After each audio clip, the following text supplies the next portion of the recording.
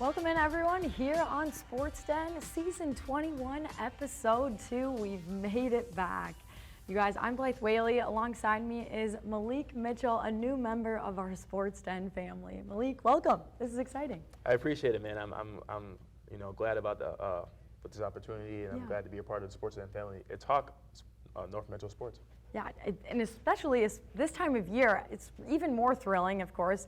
Teams just kind of trying to find their footing, trying to find what this season is going to be all about. And football, of course, is a knock-in. It's happening. It's out there. Definitely. We got a lot of good teams in the North Metro, and we're excited to cover.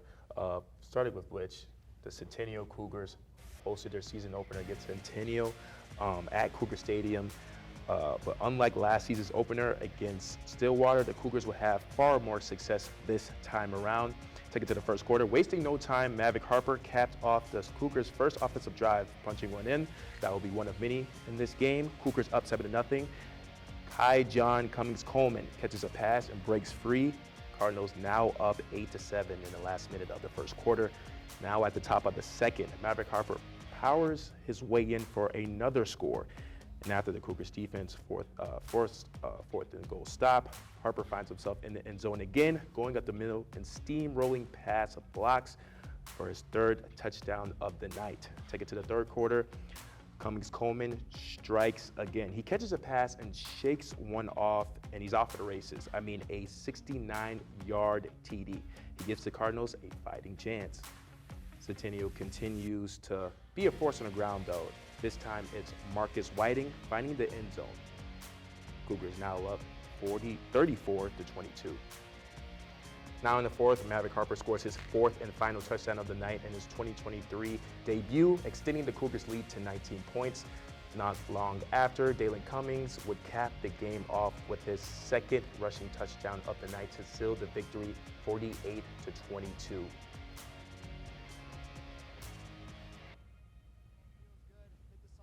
Same with a bunch of all the boys, like the line. Just been grinding all summer. It's been fun. Yeah, your coach said you're one of the best running backs in the state. That is kind of underrated. How does it feel for your coach to say those kind of words? And you know, it feels good knowing that my coach has my back. I just gotta follow through. Same with everyone else. It's just great feeling being out here with my boys, making plays.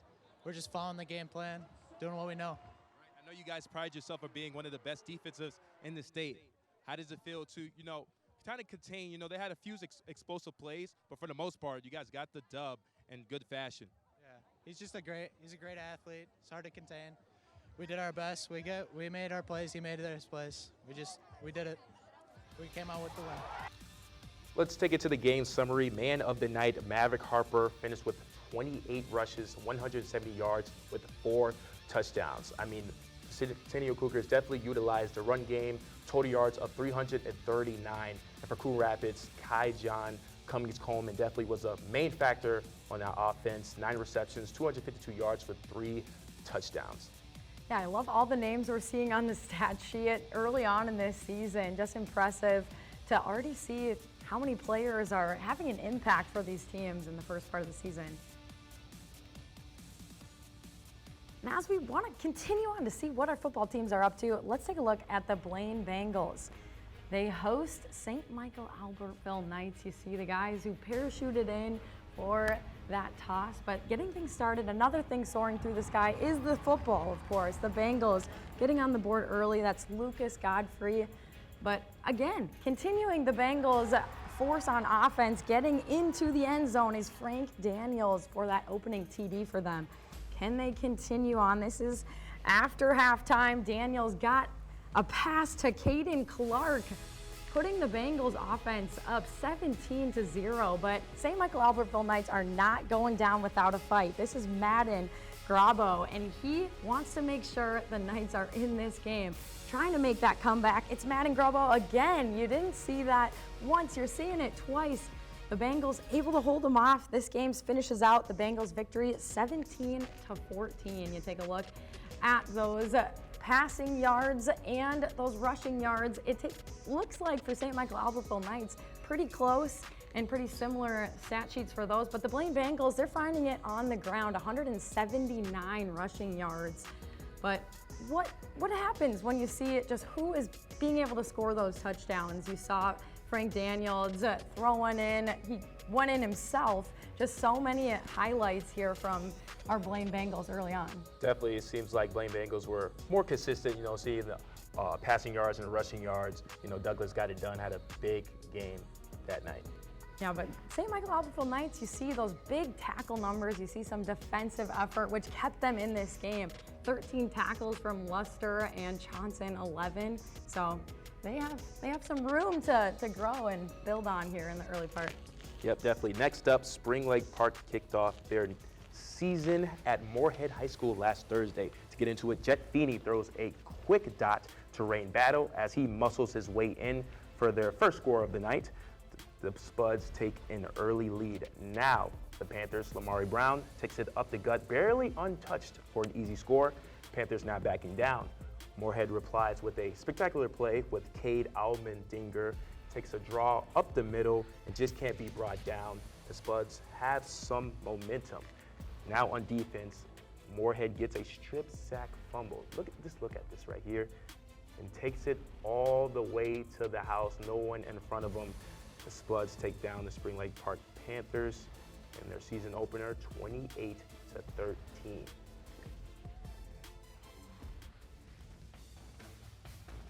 Now let's take a look at some football schedules. Starting with Blaine, they got Centennial this Friday at 7 p.m. Kind of a rivalry game. This will be a big game for both teams, but yeah, you'll love the Cat Clash, of course, coming together, Blaine and Centennial. But Centennial's going to have a couple big games in a row. They take on Blaine, but then they're also going to have to take on Maple Grove on the road. So a tough back-to-back for them, for sure. Right, and they got STMA the following week after Maple Grove. So kind of a tough schedule, 3 weeks in a row. Then we take it to Spring Lake Park. They got St. Francis this Friday, and kind of looking forward. Matabidi, kind of a tough team in their respective conference. So, a lot of good games coming up in this week. They certainly don't want to take Rogers lightly, too. That section final with them last season. So that's going to be another one of those circled on their schedule that they're gearing up for. Definitely. Now, from the gridiron to the court, got some volleyball schedules here for you. Blaine, taking on Andover at 7 p.m. in a couple of days. Blythe, what's your thoughts on it? Yeah, I feel like right now they're trying to get that comeback win. They lost to Forest Lake, but now Andover is going to be that opportunity to get that first W on the board for them, and certainly a good opportunity to get those positive spirits going early on. But you guys, you take a look at a couple more losses there on the schedule, one from Centennial, one from Spring Lake Park.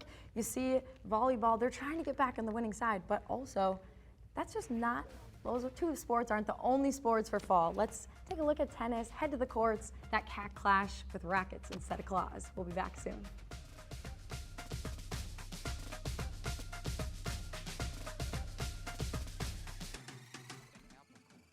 Or potato peels. That leftover pizza you promised you'd eat. Ew!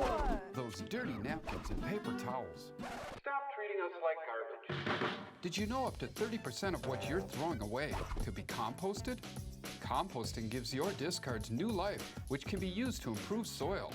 To learn more about the new organics drop-off programs available throughout the county and get your free starter kit, go to anokacounty.us/organics.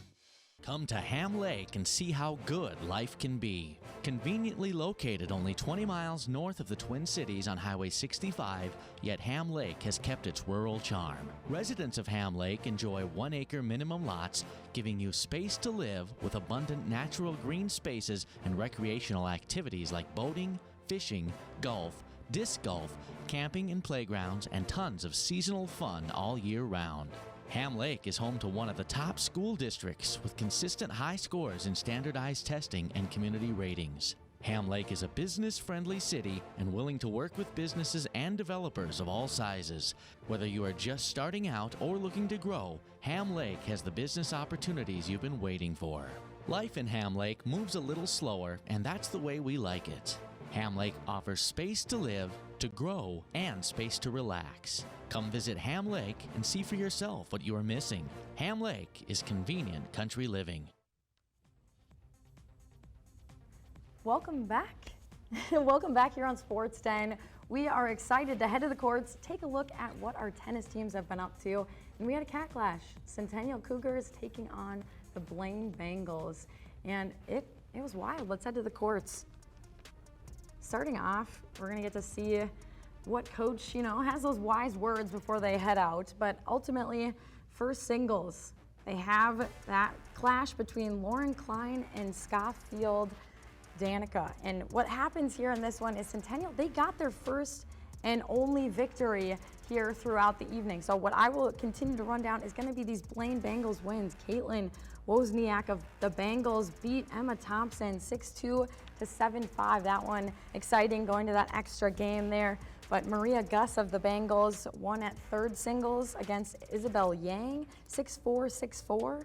But as we head to doubles, we see a few more instances where the Bengals have just showed their dominance on the courts. And Mara Hawley and Andrea Sjogren defeated the Cougars 6-3, 6-3.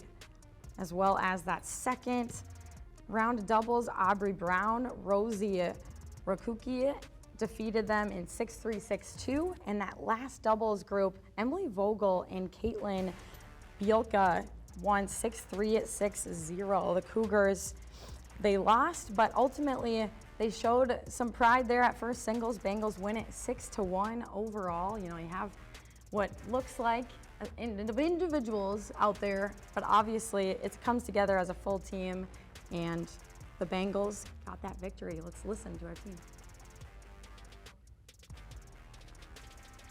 What were the keys to the game? Definitely teamwork. It's all about teamwork for doubles, and that's what makes it fun too. Well, I think that we're both just really good friends.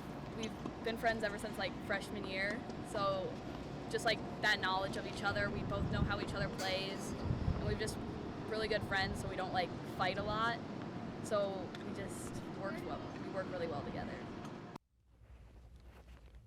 Well, you guys, it has been fun to see all the different sports. Soft football, we got to see talk about some volleyball, talk about some tennis, and Malik, it's just getting us even more amped up for what's to come here this fall. Definitely can't wait for that Blaine and Centennial game on Friday. Those two teams, cat clash, like you mentioned.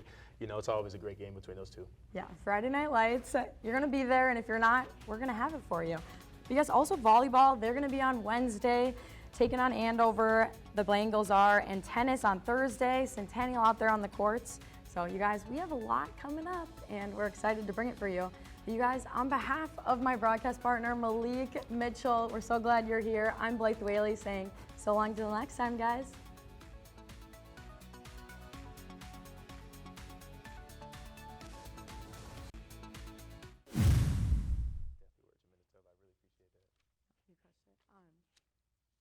The tennis one was so brutal because it's we didn't shoot the match. Oh.